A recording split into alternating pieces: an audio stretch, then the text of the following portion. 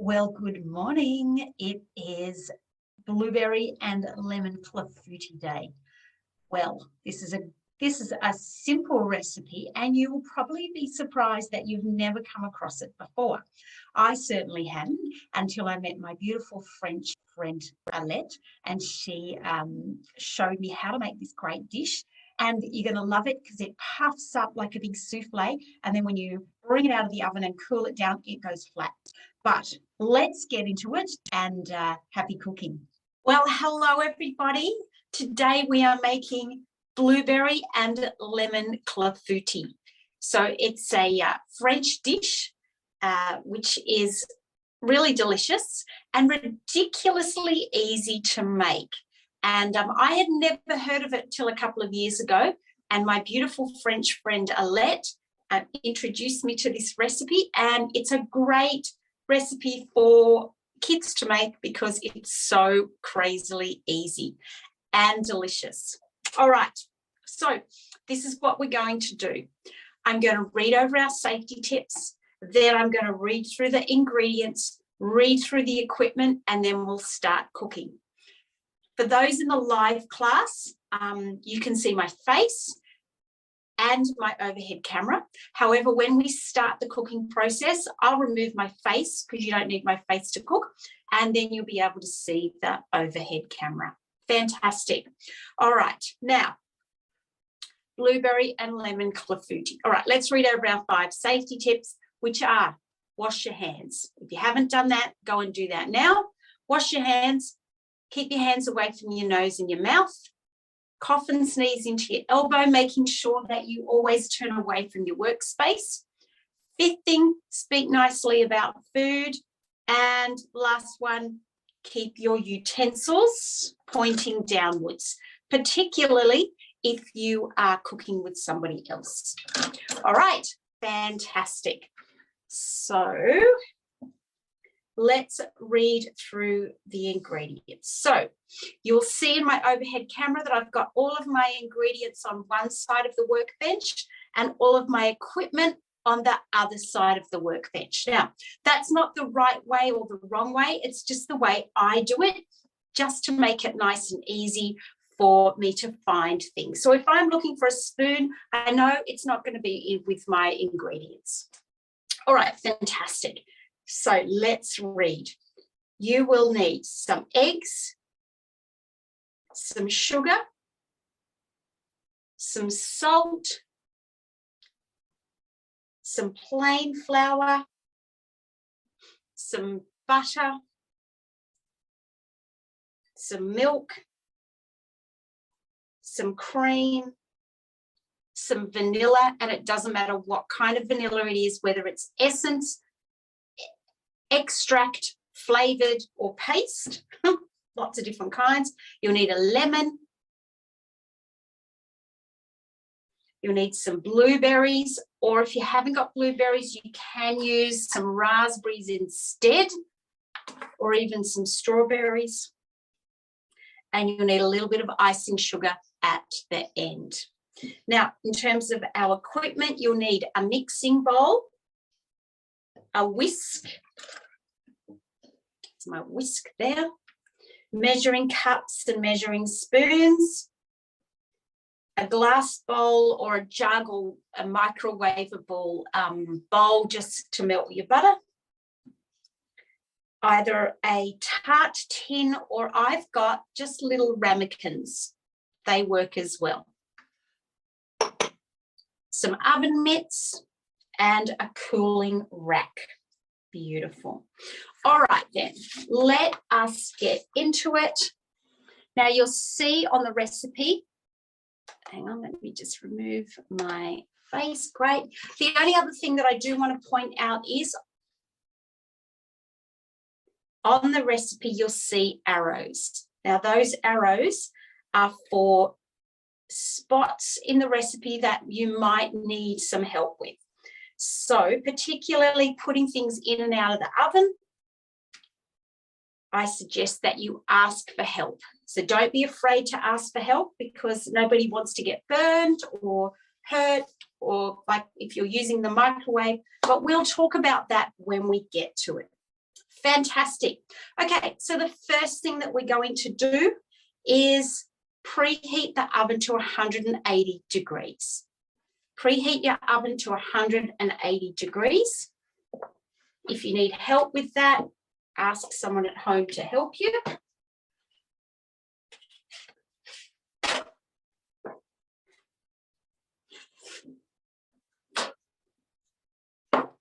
And then the next thing that we're going to do is we're going to butter a dish.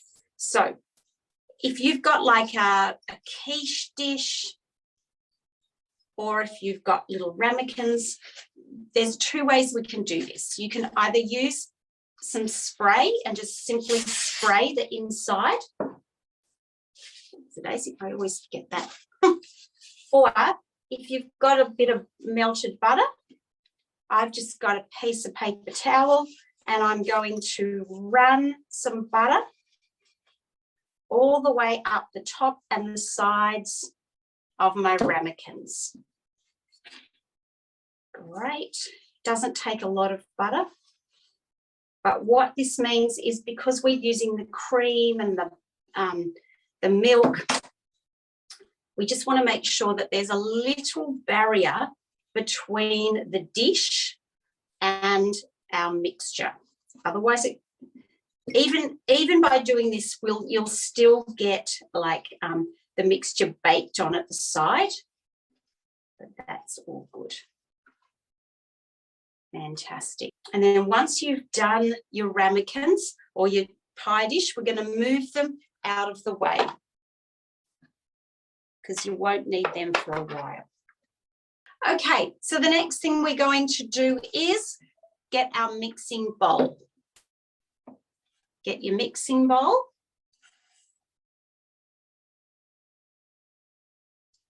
Beautiful.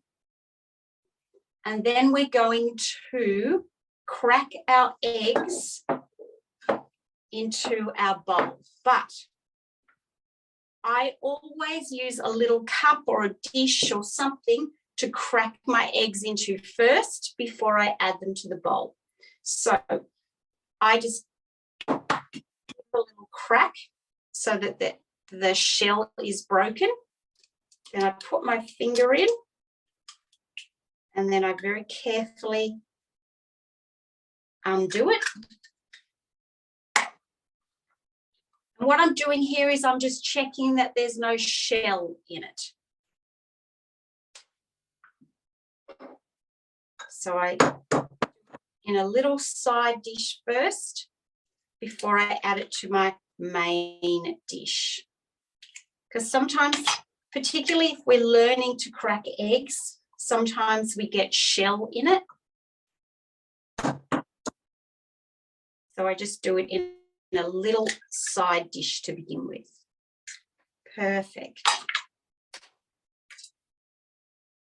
Once you've measured 3 eggs, the next thing we're going to do is sugar. So we need half a cup of sugar.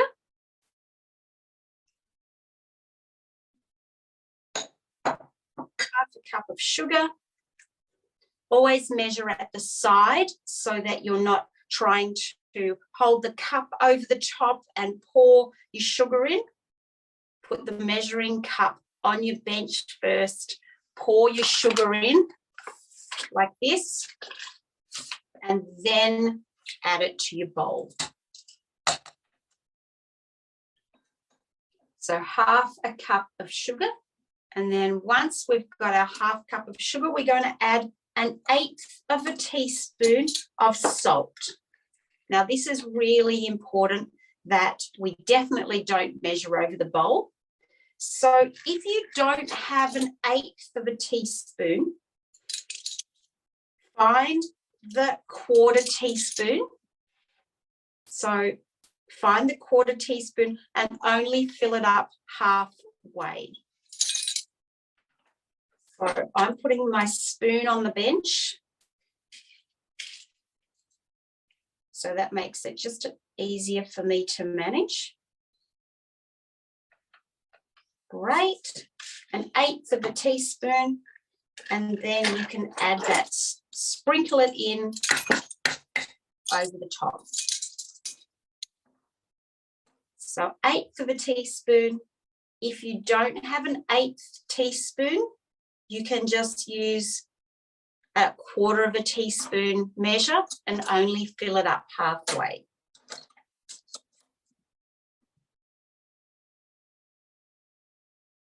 Great.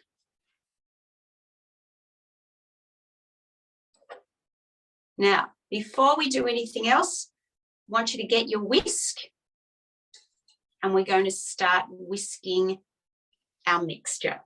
So what we do is we don't hold the whisk underneath, we hold the whisk over the top.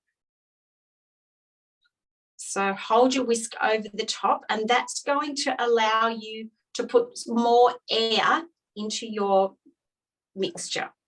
Then how do you do it on your left hand? Because I'm left-handed. Yep, same thing, my darling. All right, great. So we're not holding it under there. We're holding it over the top. Hang on, my Wi-Fi will catch up. Yep, over the top. And then you've got your hand on your other hand is holding your bowl. And then we're going to start mixing our mixture together.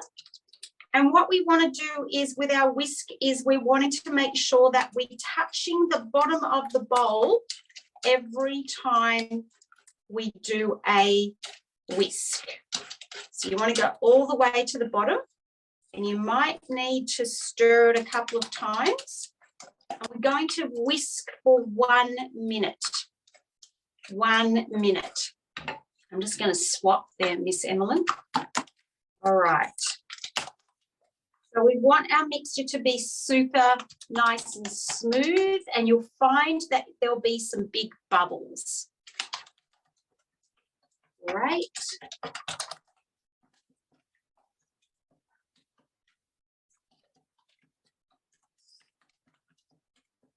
Getting arm muscles. Excellent.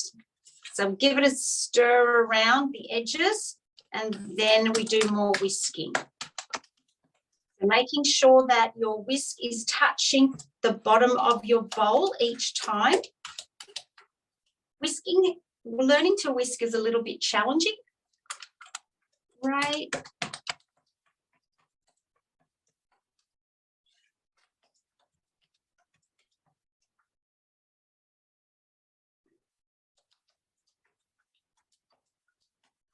All right, 30 more seconds.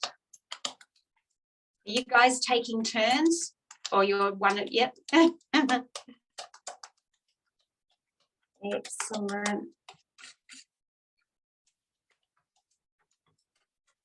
All right, 15 more seconds. It should be nice and mixed all in beautifully.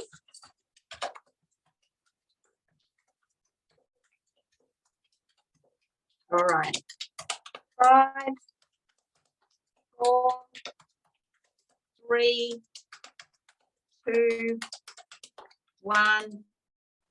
Take a break. Excellent. Just leave the whisk in the bowl for the moment. Yeah, just leave it in. That's fine. Just leave it on the side. Perfect. Okay. Now the next thing that we're going to add is 1/2 cup of plain flour. 1/2 cup of plain flour. I want you to sprinkle it over the top. Once you've measured it, 1/2 cup of plain flour.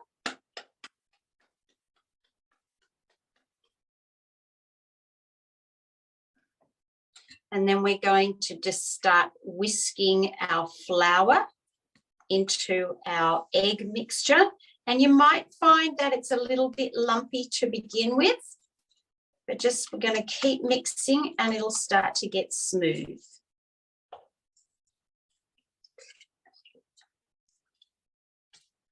So we're adding our flour to our wet mixture.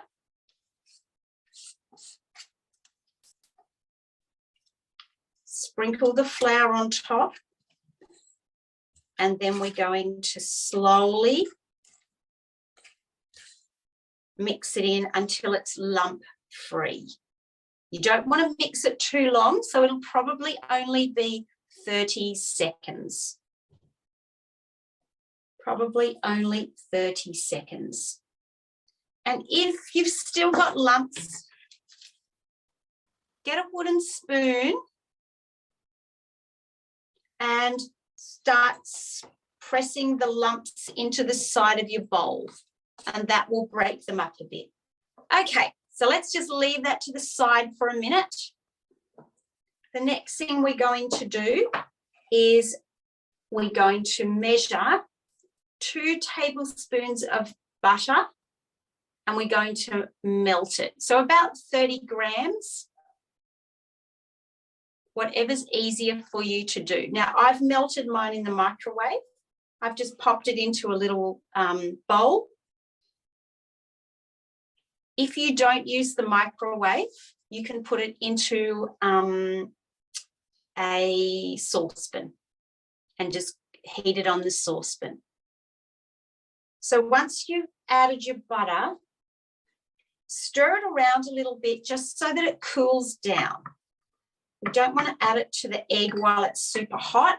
Otherwise, what will happen is we'll get scrambled eggs, and that will not be nice. So cool it down a little bit. And then what we're going to do is we're going to pour that into our mixture. So I'm pouring it in and I'm using my spatula or a spoon to get as much of that beautiful melted butter. And then straight away I'm stirring that as well.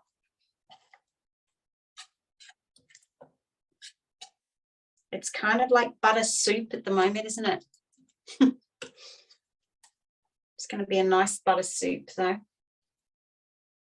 So we're stirring that around so that it is all mixed in. Well, the cooking term is incorporated. We're incorporating all of our ingredients together, or we're mixing them in. And as soon as it's smooth, you can stop mixing.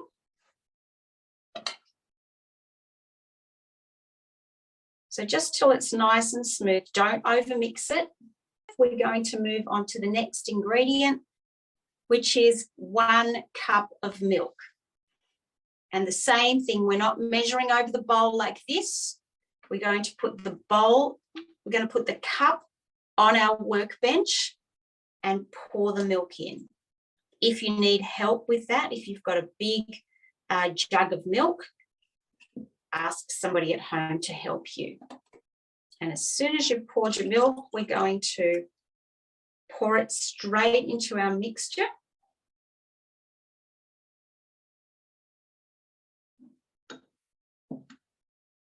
We don't need to mix it yet because now we're going to add our cream. So we're pouring our milk in and then we're going to measure out 1/2 cup of cream. 1/2 cup of cream. We're doing the same thing. Beautiful. Put your lid on your cream as soon as you're finished. And then you can pour your cream into your bowl. So 1/2 cup of cream. Yum.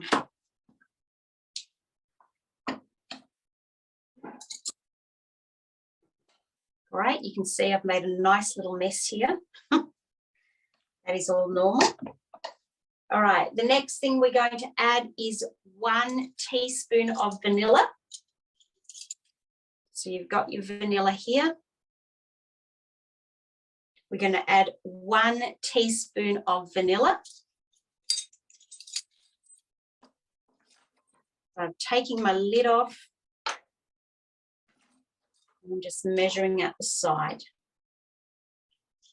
1 teaspoon of vanilla, and carefully pour that into your mixture. 1 teaspoon of vanilla.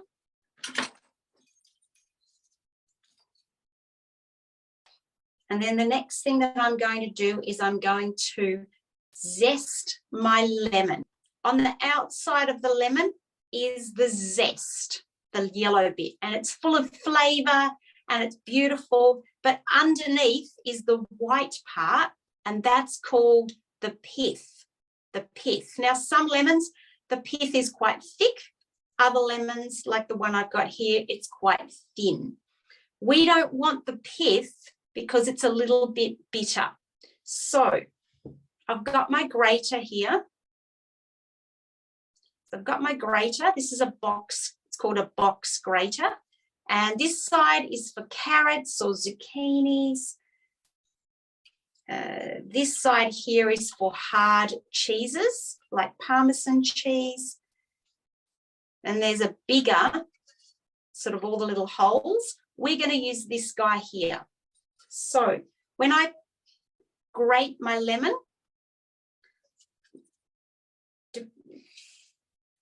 you might need to do it. You might need to do it on a board, because then you can hold the top of your grater with one hand. And what we're going to do, I'm just going to do it upright so you guys can see me. I'm going to run the lemon down the grater, and then I'm going to turn it. I'm not sure whether you can see that very clearly. So we want to keep turning the lemon because we don't want to go down to the pith. But be very careful of your fingers. You want to hold the lemon far back. So, because if you grate your fingers, you're going to get hurt. So if you're not sure about grating, ask someone to help you. So I'm just running my lemon and then I'm turning it. And Emmeline, because you've got no vanilla, I want you to do a whole lemon. The more lemon that you use, the more lemony your dessert's going to be. So it doesn't matter if you use extra. So I'm just checking my lemon as I turn it. Check for parts that haven't been grated.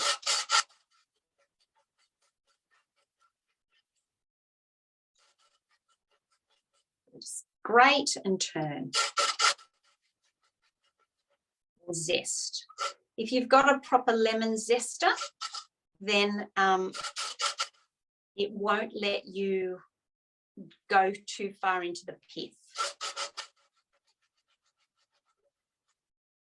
Beautiful. Beautiful. And then what I'm going to do is I'm going to bang my lemon grater on the side of my bowl. So I'm hanging onto my bowl so it doesn't end up across the other side of the room. Beautiful. And then I'm running my hand up the inside, because the inside there's no sharp bits.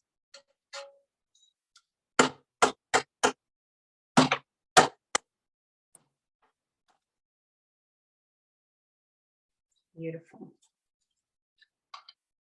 Now, if you've still got some lemon on there, just grab a spoon or your spatula and run it down the channels. And that will loosen it off a little bit more. And by now, your kitchen should smell amazing. All right, then. So we're going to do one more little whisk, because we want to be able to get all of the cream and the lemon zest, making sure that you're hanging onto the bowl with that hand and giving it a nice little stir around. All right, you don't have to mix a lot, just till it's nice and smooth. Now, the next thing is we're ready to pour our mixture into our ramekins. Now, I suggest that you use a baking tray to put your ramekins on. So you can use a cookie tray or a small one. And ideally, you don't want them to touch. Mine are touching, but great.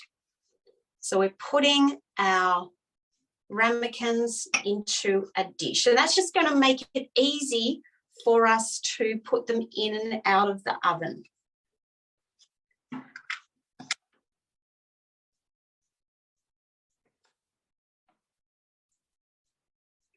Perfect. All right, so the next part, there's two ways you can do this. You can either pour your mixture into a jug.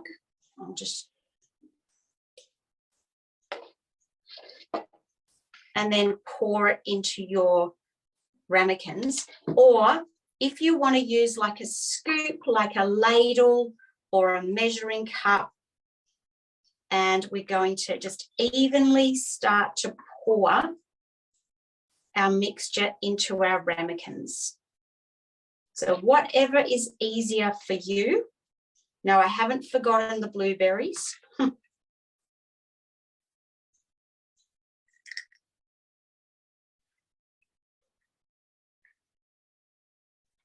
So we want our mixture to go up about no more than 3/4 of the way up the sides, because they are going to puff up. Oh, it smells so good.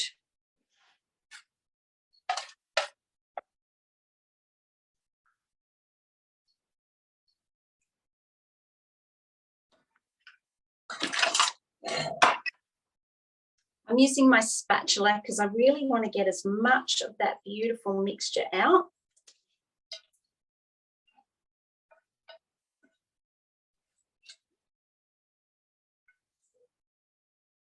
Fantastic.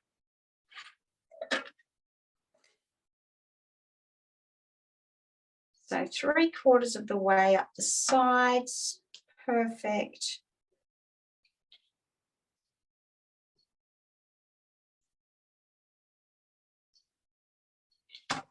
Right. So just take your time to do that.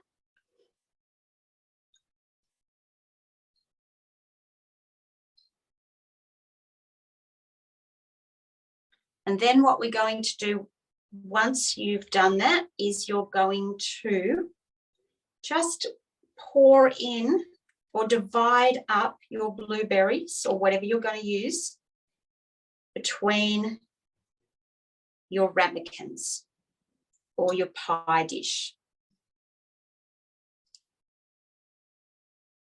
Oops, a daisy.